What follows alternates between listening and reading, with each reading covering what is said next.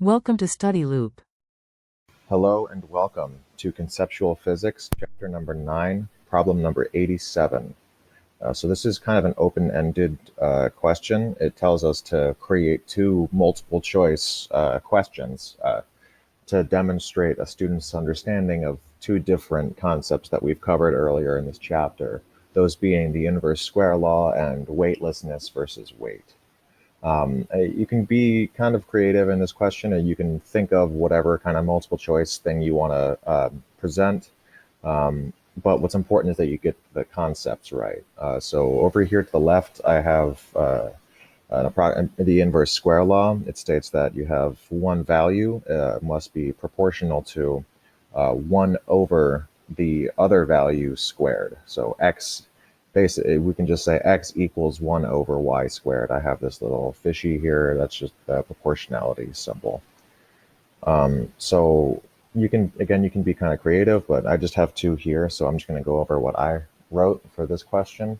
I just said that given the force due to gravity is dependent on an inverse square law between two objects distance apart, if an object experiences 16 newtons of force, how far away is it from the object influencing it? So in this case, I've basically given you one half of your equation. We have 16 is our x. So we have 16 is equal to 1 over, in this case, it's distance apart, so r or d squared.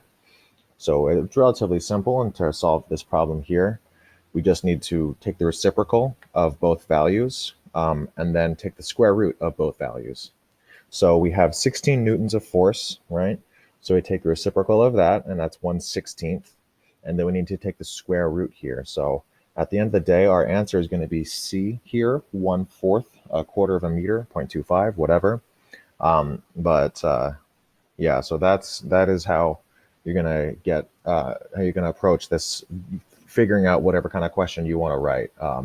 Just be able to take the reciprocal of both values and then take the square root of both values.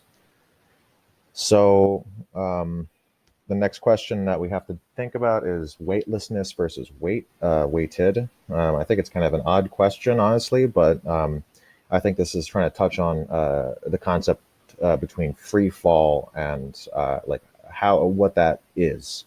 So in this case, I use a little bit of physics here. I say, what is the weight of a 5 kilogram object when it's in free fall versus when it's standing? And I also say to approximate the acceleration due to gravity to be 10 meters per second squared. And so in this case, this is really just trying to identify that in free fall, an object is weightless. And where an object is not in free fall, it's standing, it is weighted. And so otherwise, I just use, mass times the acceleration due to gravity. That's your force, or that's your weight in this case. So the correct answer for this would be A.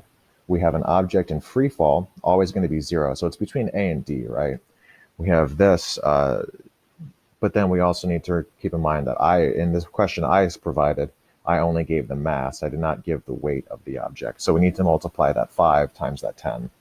So that's how we have 0 Newton mass in free fall from that object's reference frame versus 50 newtons from that object's reference frame. So for our first question here, we have a quarter, C.